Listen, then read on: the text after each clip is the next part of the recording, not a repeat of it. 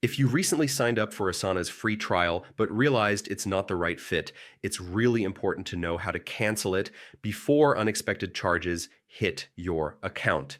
In this quick guide, I'll walk you step by step through canceling your Asana free trial so you can take care of it in just a few minutes. Let's get started.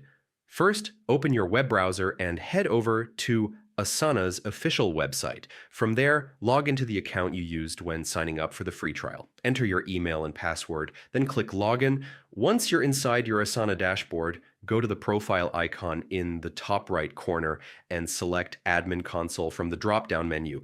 Inside the Admin Console, you'll see a section called Billing. This is where all your subscription details live.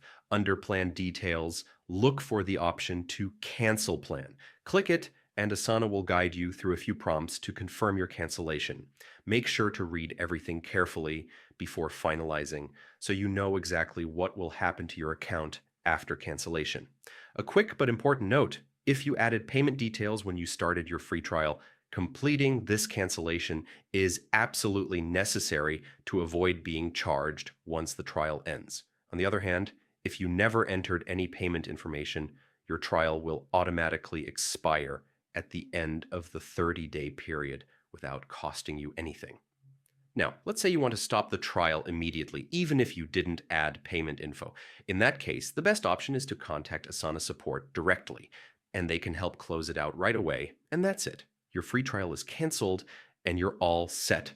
By following these steps, you can make sure your account stays under your control and that you're not paying for a service you don't need. Thanks so much for watching. If this guide helped you out, don't forget to hit that like button and subscribe for more quick tutorials just like this one.